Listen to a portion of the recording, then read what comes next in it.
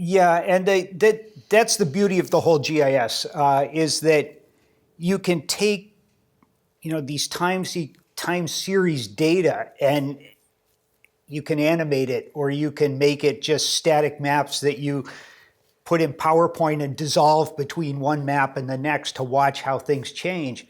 And it's a change you might never notice if you simply were looking at the raw spreadsheet type data.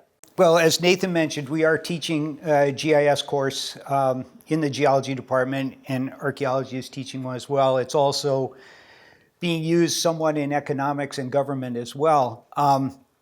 The real thing that made it possible for the average person or the students to work with it is the data. Because of the expansion of the internet, the data has become accessible.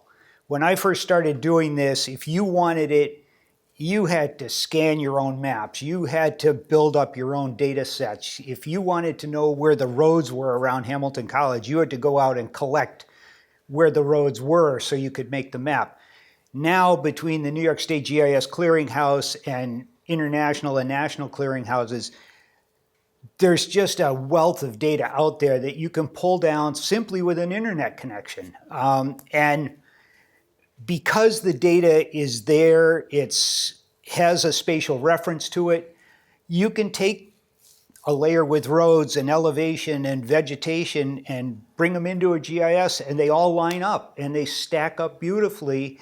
And that's where the analysis can start. Instead of fighting with getting the data, now you can take the data and actually work with it to produce something that you're interested in. How does something look? A quick example, one of the faculty members in our department asked me if I could make an elevation model from LiDAR data that we have of this area for the Clinton quadrangle, the 7.5-minute quadrangle, which we have the printed topo maps with the contour lines. But he said it would be really interesting to see it with the LiDAR data. So I was able to produce this and colorize it, and it's an entirely different feel to the map than the original contour map.